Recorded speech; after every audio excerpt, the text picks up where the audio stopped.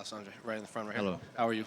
Um, it's obviously incredibly rare for fighters to get title shots in their UFC debuts. It's also even rare to like bring a reigning champion in and just give him this title shot right away. I think it was Gilbert Melendez was the last one. So I'm curious, just when they approached you with a name like Kai Asakura, who we've been watching for many years and never thought he'd be in the UFC, when they approached you with him, were you aware of him and did you like the matchup? Yeah, I think the coincidence about my division, I already fight with everyone. The number one, number two of my contenders, I already beat twice, Brenos, Moreno, and Rival. Then we take the number 10, Erchagi, come fight with me. I want to. And after my fight with Erchagi, I looked at the rank and tried to figure out who's going to be my next opponent. And then in UFC contracted Kai Asakura. I think that's a very good movement, That's the power about UFC, bring a champion for another promotion. And this guy just leave his belt to try the chance to fight for UFC, for try to fight for the belt, And that's what I think. If you want to be the best fighter of the world, that's what he think. You need to win the UFC belt, I respect all the promotions, but everybody know about how big is UFC. And if you want show all the world you the best, you need the UFC belt, And when he bring the name Asakura for me, I think that's perfect challenge, Super excited for that fight, very excited fight. And someone I never figured out I have the chance to fight, And that's what I want. I want to fight with the best fighters of the world, and UFC give me that opportunity. Did you watch him much when he was fighting in Rizin? Because he was in here earlier, and he said he watched the flyweight and the bantamweight division because he always knew he might come over here and challenge you guys. So did you watch him at all when he fought in Rizin? Yeah, just when he gave them the name, He fight with one of my teammates, my training partner, Kyoji Riguchi. And for me, Kyoji Riguchi, one of the best fights all the world. Doesn't matter the division, Kyoji Riguchi so good. Kyoji helped me to evolve my game so much. And when I see he knock out Kyoji, I get a more attention about him, who this guy, can beat Kyoji because Kyoji is so good. And then I realized I have a very good fighter to fight, And that's it, I start to study him more. I see he fight with Emmanuel Cape, won one time and lose one time. He fight with Yuka Sasaki. I fight with the same guy before. Good coincidence, and I'm so happy for that fight. I think make that like a crossover, open the door for a lot of good fighters all across the world, a lot of champions across the world. You have so many good promotions, but of course everybody wants tests in UFC. And I think it's gonna be a good test for everybody. Just for me, but for everyone. See a UFC champ versus another guy is a former champ for another promotion. The countdown they talked about his knees. He has some of the best knees that we've seen. He was in here, and he said that his message to UFC fans was, "You've never seen anyone like me before," and he wanted to quote, "bring excitement back to the flyweight division." So, I'm curious, when you are studying him and watching his tape, what do you make of his skill set overall? Yeah, I think everybody can see the same thing I watch, like a very good striking, nasty knees, come forward. He like a old times in Pride. That's a fight style he have. But in UFC it's different, we have so many good grapplers here, and I prove maybe I'm the best one in my division, maybe top 10 in the UFC grapplers, And I think I can take advantage about that, Of course, I'm fighting MMA. I can fight and I can use my striking, but also I have my grappling too. I learn much more and I win much more fights when I start to fight MMA. Just go there and try to make a street fighter. I learn how to win the fights. I learn a lot with my coach, and that's what I'm gonna watch. That's what I'm gonna do on Saturday. I go to win the fight. Doesn't matter how. Have you noticed an increased level of interest in your fight now that you're fighting Kai Asakura, just based on the diehard MMA fans that wanted to see this fight, and then obviously he is a superstar in Japan. Have you noticed kind of a uptick in interest in yourself from the Japanese audience and the diehard MMA fans? Yeah, Japanese is a huge market, you know. I watch Pride when I'm very young, and I see how much the Japanese respect all the fighters, you know, and that's something, that's some place I want to go. I want to go to Japan. I want to feel that, you know. I'm start training in Brazilian Jiu-Jitsu, but Jiu-Jitsu comes from Japan, you know. And all the philosophy I learned in Jiu-Jitsu is come about the respect, you know. All the time you go to the match, you curve yourself, look in the eyes. And I love the culture about that, you know, and that's one place I want to go. And of course, if I can beat Kai Asakura and get all his fans, it's going to be very special for me. And then just last one for me, unrelated to your fight. Can I just get your thoughts on the co-main event between Ian Gary and Shavkat? I think after you guys were originally the co-main, and then when Bilal fell out, they slotted this as the co-main. It seems fans are more interested in that fight than the original main event. I think that's an amazing fight. Two very good fighters, you know. Shakhtar looked like a perfect, you know. He's have 18 fights, 18 finish. I think nobody have numbers like him, you know. And Ian looks super strong, super good. He have a very good gym. He trained with Charlie's. He trained in the Kill Cliff. He trained so many places. And I think that's an advantage for him, you know, because I train in a lot of gyms too. I train with so many good training partners. And that fight's going to be very good too. Alexandre right here. This is your second straight pay-per-view main event after two pay-per-view co-main events. Do you have a preference between headlining shows or maybe co-headlining shows where the spotlight is either on you or on you a bit less? Do you have a preference? You know, I start to learn more about that, you know. I'm a very good fighter, that's I know, you know. And I'm start to learn more about how to expose myself, how to sell pay-per-view. I know that's good for everyone in that room. And of course, make the main event is different, you know. I make the main event in Brazil, Rio, that's my town. And that's a dream for me, can defend my belt in front of my mother, my first master, my brothers. But here to Vegas and make this main event here, that's so special for me, man. I love to come to Las Vegas to fighting. And the opportunity to make the main event here, and that city is for that. The guys building that city for big shows, big events. And I'm super happy to learn more about that, how to be a superstar.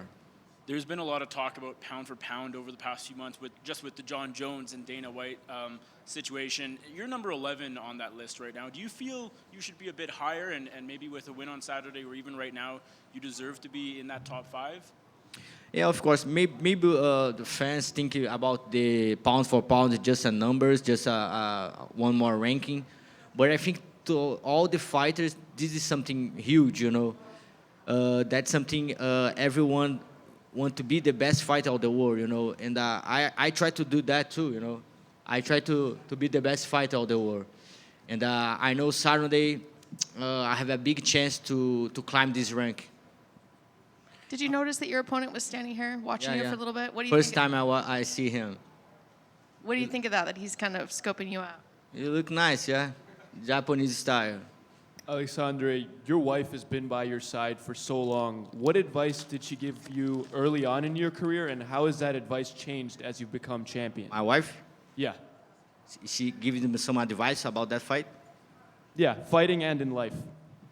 You know, I think all the men, all boys start to be a man when you found a good woman, you know. That's what my wife did for me, you know. After that, before my wife, I'm just a little kid, try to figure out my place in the world, you know. And then my wife showed me how to be a man, you know. I make a lot of mistakes, and she showed me how to be the right, you know. And I like to say, everything I did in my life is try to be a better person, better husband, better father. And I try to impress my wife all the time, and that's why now I'm champion of the world, you know. Awesome. And you spent so much time with Coach Pahumpa. Outside of fighting, how has he helped you as a person? So many good things, brother. One of the moments I want to say right now, like I'm driving with him, and I ask him, I think you the more correct people I know, like you do everything right. How you can do that? And then he said to me, I'm too old to make mistakes. And that's, this now is for me, that's like a mantra, something like I'm still thinking about, you know. I'm too old to make mistakes, and that's a good advice for me. Alexandre, I just wanted your thoughts on the UFC releasing Mohamed Mokaev, especially because it seemed like he was the next one to fight you. What were your thoughts on that? I think Mokaev is a very good, talented. He's very young.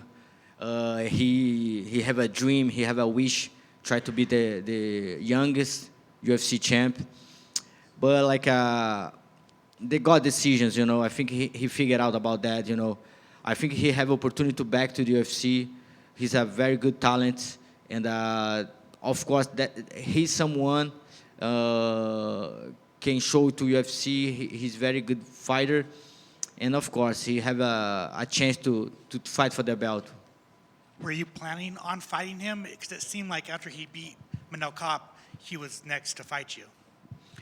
Yeah, you know, that makes sense, of course. Manel Kopp is a huge fighter, one of the stars in UFC right now. And maybe that's a fresh blood after I beat a lot of guys. That's someone, of course, we still tune, you know. I trained with him before in America Top Team. He's a very good kid, very humble, and he learned a lot. He's going to be a good fighter. But I'm open, you know. I'm wish fight with the best fights of the world. That's my dream. I live my dream right now. I have the opportunity to fight Kai Asakura and just think about him. Thank you. Alexandre, to your left. Obviously, you just touched up a bit on learning how to, you know, sell your fights, be the main event. But after Saturday night, this is going to be the second pay-per-view headline in 2024 alone as a flyweight. Did you ever imagine you're going to do that in 1 year? And given it was in Brazil, obviously one, and now in Vegas, a place where you refer to as a coliseum of fight, how special is this for you? That's a gift, you know. God gave to me, you know, that's opportunity, you know, to come here and make this main event, you know. And I think 2024 is a very good year for flyweight, you know. I think maybe it's the best year for us, you know, for all the division, you know. We did so many good main events, you know. The first one is Brandon Moreno with a rival in Mexico City. And then we have a Moreno with Albazi, a rival with Tatsura. Now we have a main event here, pay-per-view. I think that's a very good year for us, you know. And now, this year, everybody can say like 10 fighters from the flyweight division. Maybe this 5 years ago, nobody know about, you know. But right now, I think that's a very good year for us, for all the division. And right now, with that fight, bring a new blood for us, a champion from Asia. That's going to be huge. Obviously, if things continue in this momentum where the flyweight has gained this year, do you think your division will finally start getting a bit more respect in terms of maybe headlining more pay-per-views, getting more spotlight in general everywhere? That's it, you know. I think we prove we deserve fighting UFC, you know. I know just talk about myself, but all the fights the flyweight fights is very entertainment, you know. You can pick the both, you know, rival to Tatsura and Moreno with Albazi, both good fighters, you know. And I think that, you know, we prove we deserve fight here. We have amazing skills, maybe one of the challengers, the more challenged division, because wherever you go, we're good, you know. You have a good cardio, you have good guys can knock out you, and of course grapplers.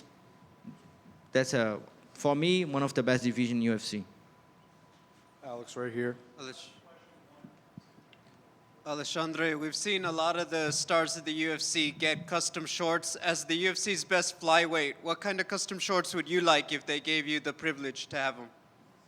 He giving them the same one.